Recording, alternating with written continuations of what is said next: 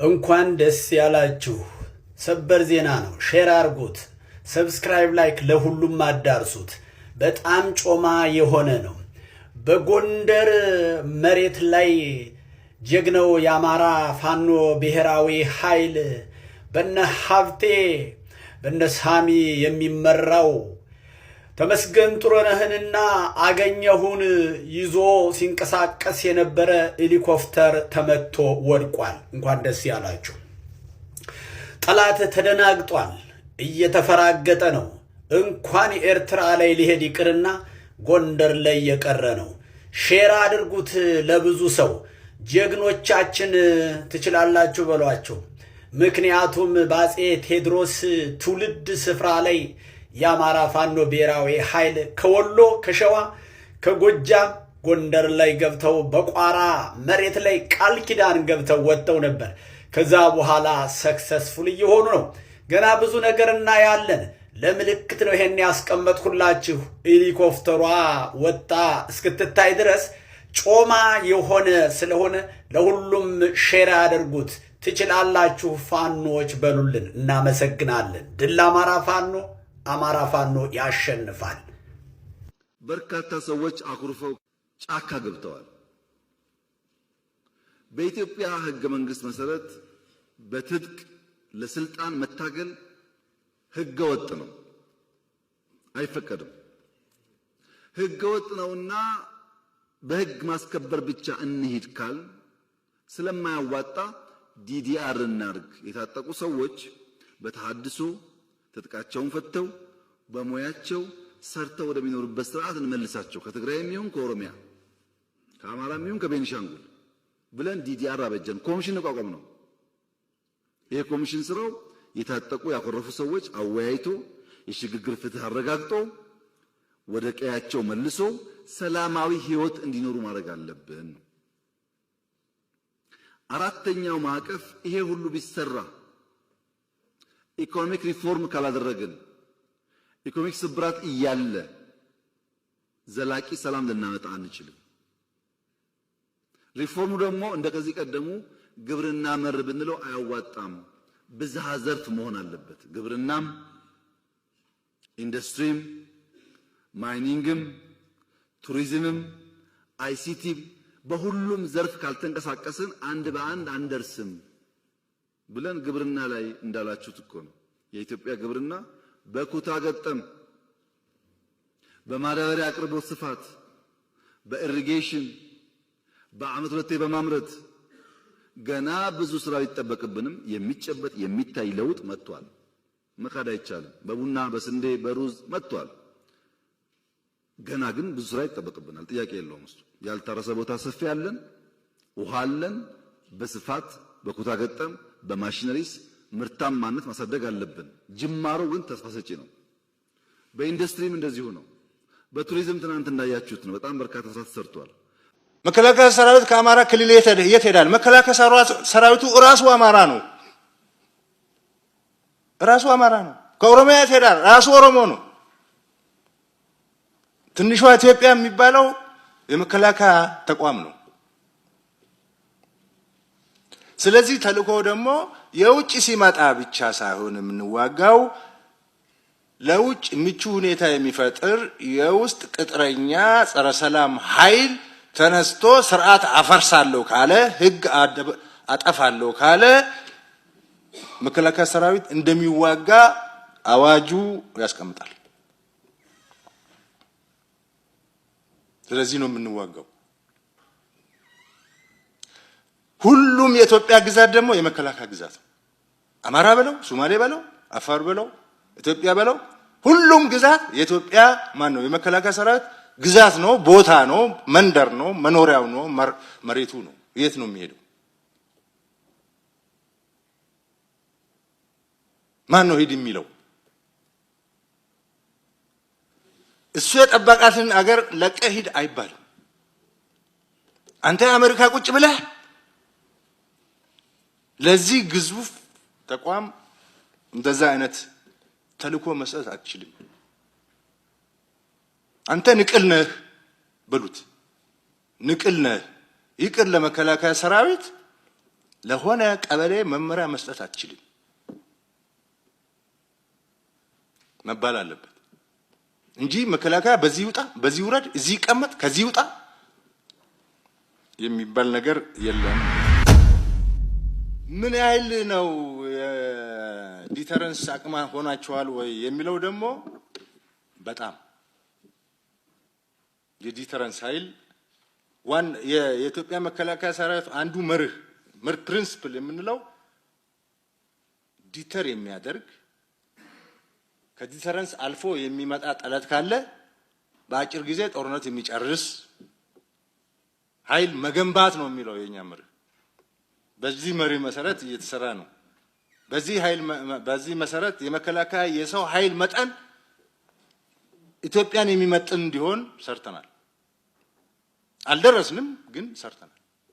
ኢትዮጵያን የሚመጥን ወታደር ከ120 ሚሊዮን ህዝብ 2 ሚሊዮን ሊሆን ይችላል። እስከዛሬ ኢትዮጵያን የሚመጥን ወታደር ተገንብቶ አይታወቅም።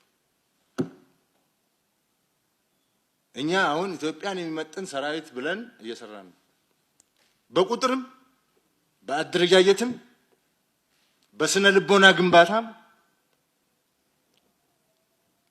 በትጥቅም በቴክኖሎጂም በሰራዊት አኗኗርም በሰራዊት ዋስትናም ከፍተኛ ስራ ተሰርቷል። በዚህ አመት 4-5 አመት ውስጥ ሊሰራ የሚችል ስራ ነው ወይ የሚል ጥያቄ እስኪነሳ ድረስ ነው። በሳይበር ይሁን በባህር ኃይል ይሁን በቴክኖሎጂ ይሁን እየሰራን ነው። ድሮ ካላሽንኮቭ ጥይት ከውጪ ነው የምንገዛው። አሁን ትግራይ ውስጥ ተመልከት። አሁን ትግራይ ውስጥ የሆነ ላለው ነገር እያደረጉ ያሉት ነገር ተመልከት። እንደ ትልቅ ድል ነው እያዩ ያሉት የህወሓት መካከል ያለውን ቁርሾና መፈረካከስ የእውቀት ማጣትና ከደንታ ማጣት የተነሳ የህወሓትና የትግራይ ህዝብ ኢንቲግሬትድ የሆነ ኤንቲቲ መሆኑን አያውቁም። 45 ዓመት አብሮ የቆየ ነገር ነው። የህወሓት መፈረካከስ የትግራይ መፈረካከስ ነው የሚያመጣው። የትግራይ መፈረካከስ ማለት የኢትዮጵያ አንድ ጎን መፈረካከስ ነው። አንድ ሰው ጎኑ እየተፈረካከሰ ጤነኛ ሆኖ መሄድ አይችልም። ዛሬ ጎን ከተፈረከሰ ትንሽ ቆይቶ ወደ ዋና ቫይታል ኦርጋንሱ መድረሱ ማይቀር ነው። but they celebrating it as if it's real። አሁን ለምሳሌ የኦኤል መከፋፈል የፋኖ መከፋፈል እንደ ትልቅ ነገር ያዩታል። they don't understand modern insurgency ፍራግመንትድ መሆኑ እንደውም አድቫንቴጀስ ነው የሚሆንለት። ኦፕሬሽናል ኦቶኖሚ ይሰጣል ለአማጽያን። ስርዓቱን እያዳከመ የሀገሪቱ አርሚ እኮ ኦቨርስትራች አድርጓል። የሆኑ ጀነራል ሴትዮ ሲናገሩ አይቼ ነበረ። real the country is being dismantled day by day። የአብይ ፕራዮሪቲ ምንድን ነው? ቤተ መንግስት። የሱ ፕራዮሪቲ ምንድን ነው? ብልጭልጭ ነው። እኔ እኮ ስትራስ ሆኖ ትንሽ አስቦ ቢሞክር ጊዜ ተሰጠዋል። አሁን ግን እየሆነ ያለው ምንድነው? ይሄ አንተን የሚያሳስብህ አንድ ሰው የሀገር መሪ ሆኖ ሀገር ዴይ ቱ ዴይ እየተበታተነ ሲሄድ ዛሬ አይደለም ይሄን ነገር ያለው። አንድ ጊዜ ከሆነ ሰው ጋር ሄደን አገኘ ነው። ያኔ ፋኖና ቄሮ ጠመንጃ ሊያዙ ነበር። ትዝ ካለ 2018 አካባቢ ሎውለስነስ ነበር አማራ ክልልና ኦሮሚያ ክልል ውስጥ ወጣቶች ብዙ እንትን የሚያደርጉበት early 2019 አካባቢ ነው። ብዙዎቹ ልደቱም ሲናገር ከሰማችሁት የህዝቡ ጥያቄ የሚባል ከዚያ ባዜ መውጣት አለብን። ማንኛውም ፖለቲከኛ እየተነሳ ለህዝብ ኦን ቢሃፍ ኦፍ ህዝብ የሚያናግርበት ነገር ማክተም መቻል አለበት። የኤሊት ኢንተረስት ነው እያንጸባረቅን ያለ ነው። ስለዚህ እኛ ተሰባስበን ለህዝቡ እንወስንለት ነው። ሰው መደረግ ካለበት ህገ መንግስቱ እንደመነሻ ተጠቅመን ህገ መንግስቱ መሻሻልም ካለበት ያንን ህገ መንግስት ተጠቅመን ነው እንጂ ዲስግራንትልድ ፖለቲሽንስ ድንገት ኋላ ከ27 ዓመት በኋላ ለአቅመ ፖለቲካ የደረሱ ሰዎች እኛ አልነበርንበትም በሚል ህዝቦች የተስማሙበትን ዶክመንት በወቅቱ ቢያንስ በነበረው ደረጃ የተስማሙበትን ዶክመንት አሽቀንጥረው የሚጥሉበትን እድል ከፈቀድን ሌላ የትርምስ ምዕራፍ ነው የምንከፍተው። አቶ ጌታቸው አሁን ያሏቸው አንዳንድ ጉዳዮች ላይ ሁለት ነገሮችን ኮሜንት አድርጌ ማለት ነው። ከዚህ ሁሉ ዘመን በኋላ አንድ የፖለቲካ ድርጅት የ40 ዓመት ታሪክ ያለው የፖለቲካ ድርጅት በገነገነ ሁኔታ መለወጥን ሬዚስት ሲያደርግ ሳይ አዝናለሁ።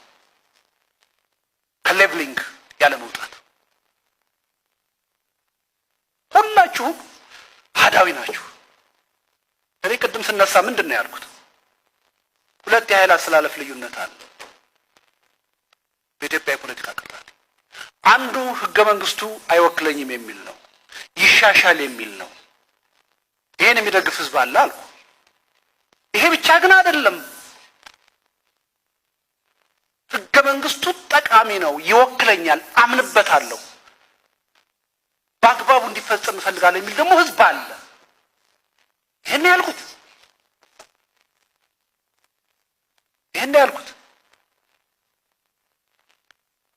ይሄን ሚዛናዊ እንዳልሆነ አስተሳሰብ አድርጎ ማቅረብና ህገ መንግስቱ ይሻሻል የምትሉ ሰዎች በህዝብ ስም የኤሊት ጥያቄ ነው የምታቀርቡት ነው ያሉት። የኛ የኤሊት ጥያቄ ነው፣ የእሳቸው የህዝብ ጥያቄ ነው። ግን ህሊና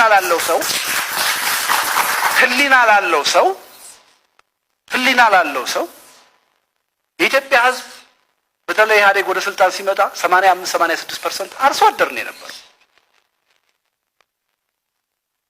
ለህዝብ ጥያቄ በተወሰነም ደረጃ ቢሆን የሚቀርበው ይሄ ህገ መንግስት እኔን አይወክለኝም፣ እኔን በሚወክል ደረጃ ይሻሻል ብሎ መጠየቅ ነው ወይንስ ደግሞ ለህዝብ የሚቀርበው ጥያቄ መገንጠልን የህገ መንግስት አካል ማድረግ ነው የሚቀርበው? የኢትዮጵያ አርሶ አደር የመገንጠል ጥያቄ ይሹ ነበር፣ ያውቀዋል፣ የስታሊንን መጽሐፍ አንብቧል። የትኛው ነው የሚቀርበው? እውነቱን ለመናገር የኛ የኤዲቶች ነው እንጂ በዓለም አቀፍ ደረጃ ባለ አጠቃላይ የፖለቲካ ሙቭመንት ከኔ በላይ ማርክሲስቶቹ ታውቃላችሁ። አርሶ አደር የብሔር ጠበቃ ሆኖ ያውቃል? ብሔርተኛ ሆኖ ያውቃል? ብሔርን መሰረት አደረገ የተባለው ህገ መንግስት የአርሶ አደሩ የአብዛኛው የኢትዮጵያ ህዝብ ውጤት ነው፣ ስሜት መገለጫ ነው።